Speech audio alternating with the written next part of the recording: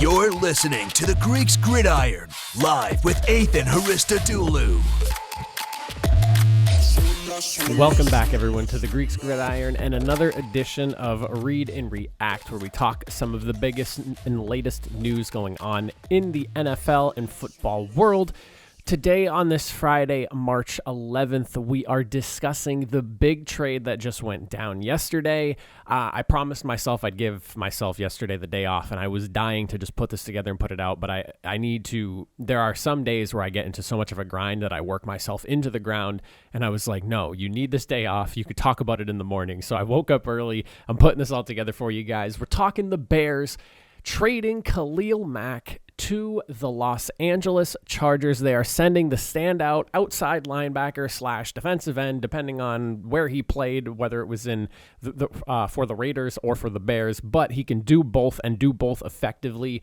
This is a humongous move for the Chargers, who need help on the defensive line. I talked about them in my Best Free Agents Fit series. I highlighted them and their need to fill out the D-line in some way or another. And while I don't necessarily know if they're just going to continue to run Khalil Mack as an outside linebacking kind of like edge rush guy, or if they maybe try to plug him in, I don't know how he would fare as a 3-4 defensive end. He is still a pretty big dude. He's about 270 pounds, so he could fill in on that role. I think he is athletic enough and he is good enough at what he does that you could maybe even get away with him running as a 3-4 D end, but I think it's more likely he's probably just going to fill into Nwosu's spot and fill out as the outside linebacker opposite of Joey Bosa. But my goodness, is that going to be a pass rushing tandem and also an excellent way to kind of shore up the edges of the run game as well. I don't think it was any secret that the Chargers were not too good at defending against the run. There was, I want to say, a very large stretch of the season from it felt like week 3 or 4 to maybe it was like 13 or 14. They had statistically the worst run defense per game average with numbers here. It was 138.9 yards per game rushing that they allowed throughout the entirety of the season, which at the end of the year put them at 30th. So it'll be nice to see a guy like Khalil Mack, who is a good run stuffer. He's a good pass rusher. He can do pretty much everything you need from him. And while I wouldn't really drop him back too much, he's the type of guy that I would just, you're sending him at the quarterback every single play, or he's going after the running back every single play. He can drop back in coverage if need be. But talk about making a move for the Los Angeles Chargers. The Bears were able to recoup a 2022 second-round pick for this year's draft and a 2023 sixth-round pick for next year, while the Chargers will be getting Khalil Mack, and I guess it sounds that the Chargers are going to be taking on all of the salary from the remainder of his deal, which is $63.9 million. The Bears, despite that, are still taking a $24 million dead money hit for that deal, which is pretty surprising. But I mean, if they feel it's the best thing to move on, it's the best thing to move on. There's a clear, obvious change and shift going on in ideology and just kind of what they're trying to do with the roster over there in Chicago when you consider GM Ryan Poles and head coach Matt Eberflus.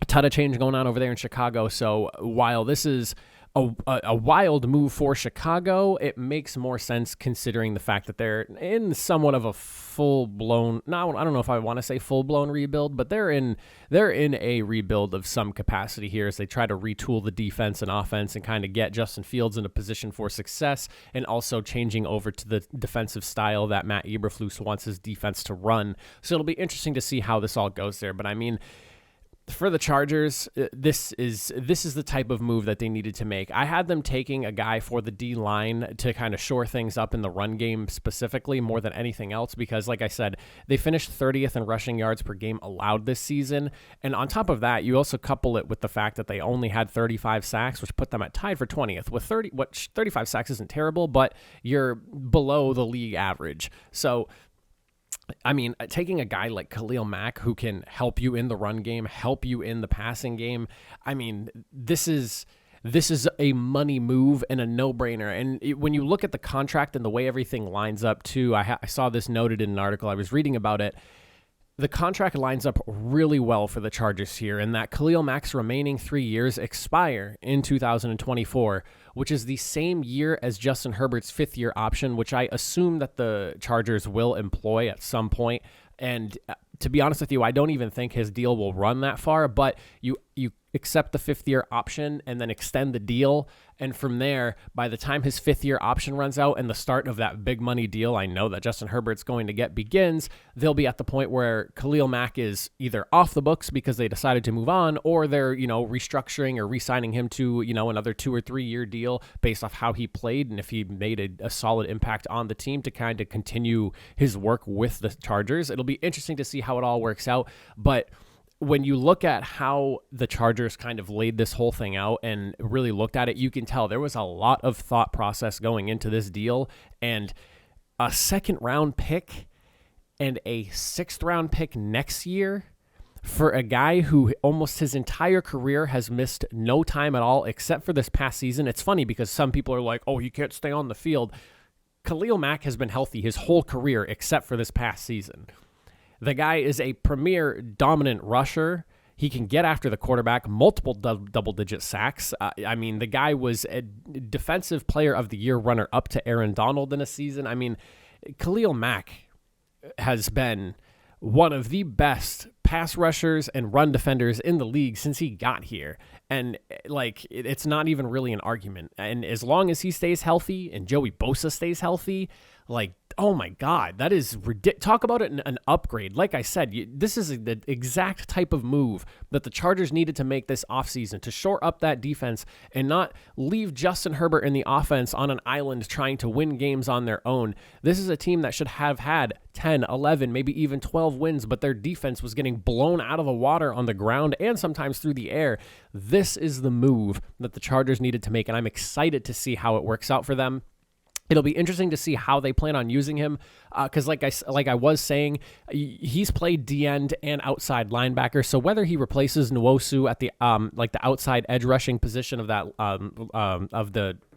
right outside linebacker spot that he has been playing for Chicago, or if maybe they try to do something interesting and maybe swap him over to D-end depending on how high they are on Nwosu. Maybe they put him in Tillery's spot at right end. I don't know if that would really make sense. I don't know if he could make that transition or not. I think Khalil Mack is skilled enough to potentially be able to do so, but I think they're probably just going to go with him running that outside linebacker spot. That makes the most sense in my opinion, and just try to focus on keeping him going after the quarterback, stuffing the runs, and just focus on, moving towards the offense rather than backing away into coverage. I would much more prefer to see them do something like that. I hope they're not trying to make him drop back at all, or if at all, it's very, very minimal. You want to see Khalil Mack just going after the QB every single play.